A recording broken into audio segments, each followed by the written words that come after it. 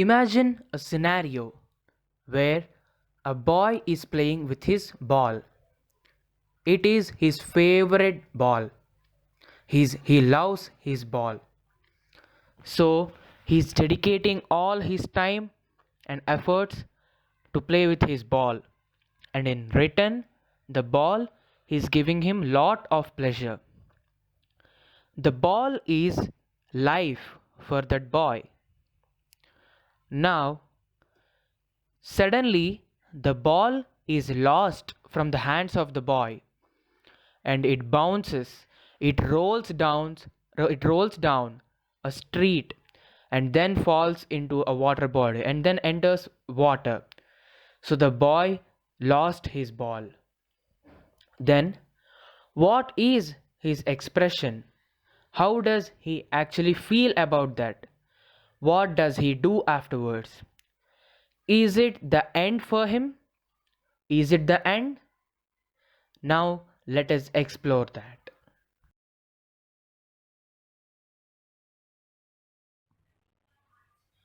So what is the answer? In this video, we'll be finding the answer for a question. Let us explore. So what next? What is the next thing the boy should do? Now let us ask this question to a famous American poet, John Berryman. Mr. John Berryman, what is the next thing the boy should do? So John Berryman has given the answer in a poem. Let us explore the poem. And the poem is the Ball Poem. So now I'll read this poem once, I'll read the whole poem and then we will go to the explanation. So, what is the boy now who has lost his ball? What? What is he to do? I saw it go merrily bouncing down the street and then merrily over. There it is in the water. No use to say, oh, there are other balls? An ultimate shaking grief fixes the boy as he stands rigid, trembling, staring down all his young days into the harbor where his ball went. I would not intrude on him. A dime, another ball, is worthless. Now he senses first responsibility. In a world of possessions, people will take balls. Balls will be lost always. Little boy, and no one buys a ball back. Money is external. He is learning, well behind his desperate eyes, the epistemology of loss, how to stand up, knowing what every man must one day know, and most know many days, how to stand up.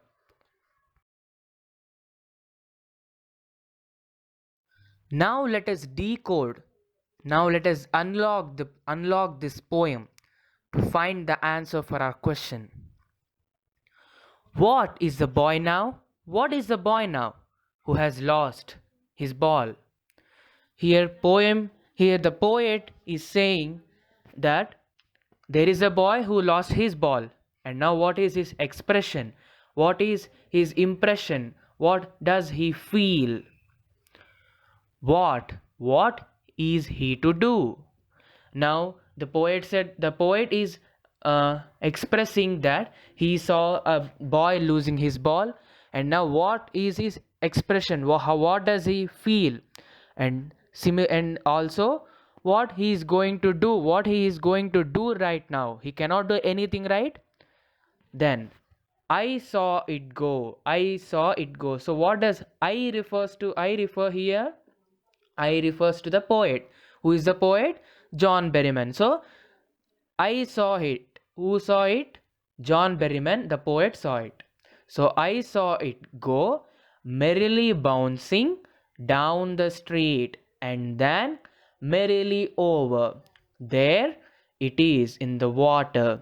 So he saw the boy losing he saw the boy losing the ball. So and the ball then bounced and rolled down the street, and it entered into a nearby water body. It entered into the water. It fell into the water.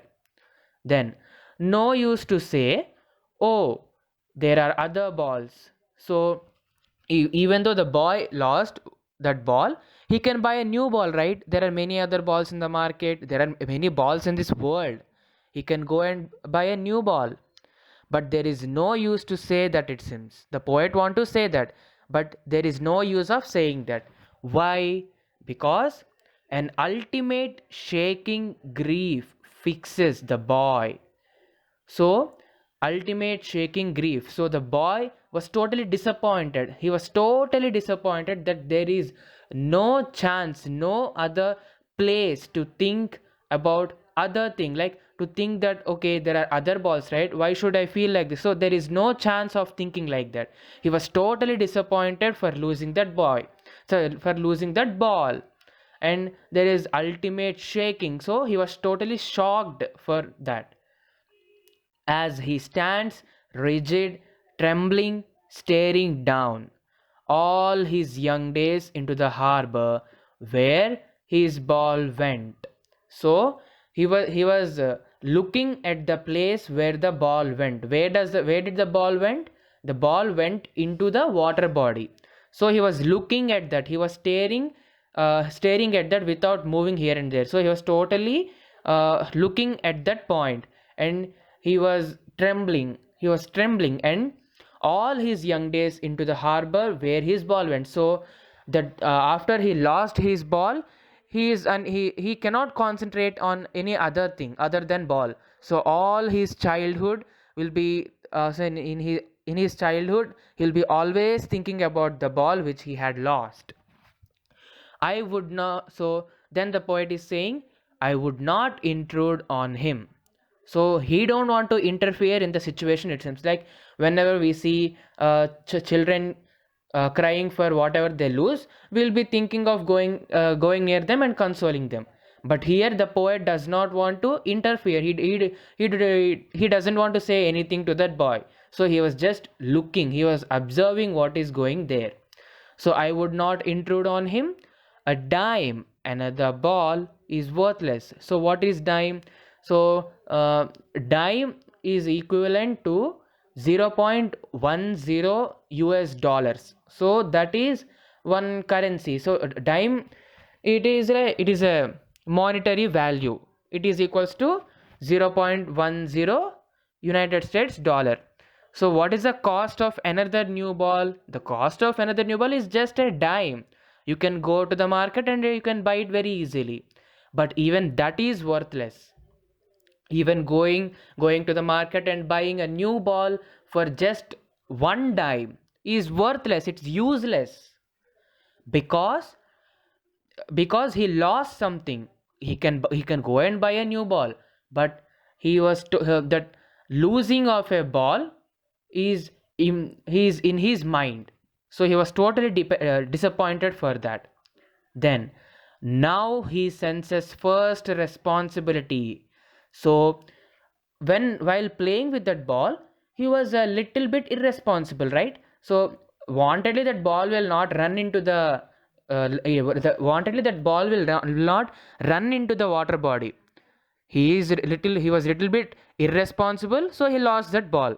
So now after losing that, he now learns the value of responsibility for the first time in his life. So now he senses first responsibility in a world of possessions. In a world of possessions. So we are living in a world where people are possessing lot of things. So this is a world of possessions, and in this world of possessions, responsibility is very much needed. Responsibility is required. So that is what the boy is learning right now. At that particular moment, the poet is observing the boy from one side. So he was looking at that boy, and he is saying that the boy is learning responsibility in his life for the first time, and we are living in the world of possessions. Now, in this world of possessions, the world where we are living, this world is full of possessions. People will take balls, balls will be lost always. Little boy. So, in this world, people will take balls, balls will be always lost. So, that means we will be losing something and again we will be gaining something. That means if we lose something, we'll somehow try to bring it back. For example, if we lose money today, tomorrow we can do some hard work and bring back that money. But so again he's saying a little boy, and no one buys a ball back. So but whatever the same ball we lost, that will not come back, but we can buy another ball. So what he's saying, if we lose something, we can somehow get it back afterwards. But what is important? Responsibility is important. Whether you lose or gain something, you must have responsibility for what you have learned. So this is the first answer given by John Berryman. So what is very much important? Responsibility is very much important. So because money is external, you will lose money, you will gain money, you will buy something with that money, so you will sell that thing for some money. So it is always external. But what is internal and important? Responsibility is internal and responsibility is important, very much important. So this is a first point, and note this point, okay? Then he is saying that he is learning well behind his desperate eyes the epistemology of laws, how to stand up. So why his eyes were desperate? Because we have saw here, ultimate shaking grief fixes the boy, and in before we have studied that. So his eyes are saying that poet, that he is feeling very much disappointed. So behind the disappointment, behind his desperate eyes, he is learning something. So he is disappointed, this is the first thing. And behind that, behind the disappointment, he is learning something new. What is that? The epistemology of laws. What is epistemology? Epistemology is the study of knowledge, means knowledge of knowledge, study of knowledge. So he is knowing the knowledge of laws, he is studying about the knowledge of laws. So what he is learning? He is learning what to do after we lose something. He is learning how not to lose something, and he is also learning what to do after learning something, and how to stand up. This is what the main point he is learning here, how to stand up. So after losing that ball, he should not sit there and cry for his whole life. What he should do? He should immediately stand up. After losing, he should realize that, okay, I have did this mistake, I should not repeat this again, and okay, I'll not repeat this, so I'll go and buy a new ball and play with that carefully. So this is what this is how to stand up, knowing what every man must know one day, must one day know, and most know many days, how to stand up. So this is the most important thing every human being should know one, at least one day in his life, in his or her life. So this poem has taught us two great values, and we'll be going to explore those two values. So what are those two values? Two great lessons taught in the poem. The first lesson is, we must be responsible for our things. We must use and keep our things carefully. So first of all, before losing something, we should know that we should not lose something. We may or we may not lose, but before losing, we must be careful. So we must be responsible for whatever the things which we possess. So this is the first message which we learnt from this poem. Then the second greatest lesson is, we must know how to stand up after we lose something. It is because it is not an end. So losing just a small ball is not an end for our life. we should know how to stand up. We should know how to realize our mistake. We should know how to correct our mistake, and we should even know how to proceed further, how to proceed in our life after losing something. It is either losing something or losing someone. So either losing something or losing someone. After losing, we must know how to stand up and move further, how to proceed in our life. These are the two greatest lessons taught in this poem. So this is the answer given by John Berryman. So we should thank for him for giving these answers. So what are those answers? The first point is we must be responsible for our things. We must use and keep our things carefully. The second answer is we must know how to stand up after we lose something. It is because it is not an end. So losing something is not an end. So these are the two answers. Note these answers, and we are going to learn about the three great possessions. So generally, if we hear the word possession, we always think about having a big house, owning cars, a very big bed, all those things, having gadgets and all. But that is not right. We'll be learning three great possessions right now. So the below are the three great possessions we must have and should guard them. So not only having possessions, but we should also secure them, as otherwise we'll be losing them.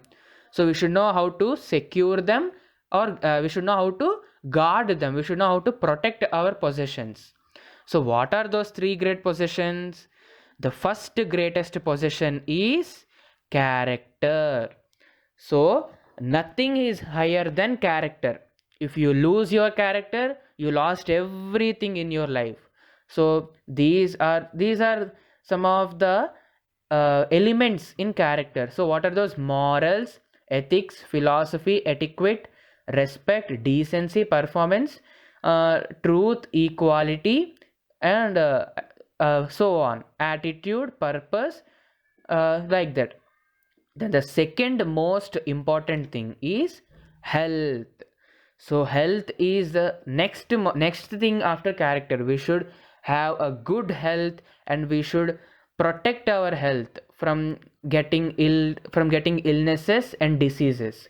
So we can be healthy. See, here if you observe this picture, these are some of the ways we can be healthy, like practicing yoga, sleeping at correct time, then eating right amount of food, like taking correct diet, then exercise, like that. Then the third greatest possession is materials.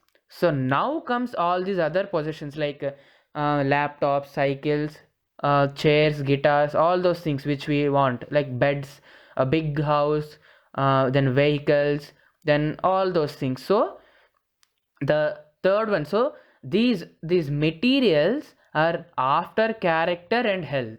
These materials are not the greatest possessions. First we need character, then health, then materials. So materials are the third greatest possessions, but they are always after character and health. So we'll be having many goals in our life. If anyone come to us and ask that, what do you want to become in this future, what do you want to do, what are your goals, we should first say that we should develop a good character and health. This is the first thing. After having those two things, we will however we'll somehow will get all these other possessions, all these material possessions. But what is the important thing? Character, health, and after that all these other material possessions. Now we also have a very important quote or very important message, that if we lose materials, we lost nothing. If we lose our health, we lost something. If we lose our character, we lost everything. So right from our childhood, we should develop a very good character. So that will help in our future, and that will help throughout our life, and if possible even after our life. So these are the three great possessions, and these are the three great things. We must protect them. We must be careful for them. We must secure them. So these are the three great possessions. Now, I wish you have understood the poem. I wish you have understood the answer given by the poet, and I wish you have even understood what are the three great possessions. Thank you very much for watching this video. I convey my special thanks to my beloved principal sir and teachers for giving me this opportunity. And please subscribe my channel and support me. Thank you.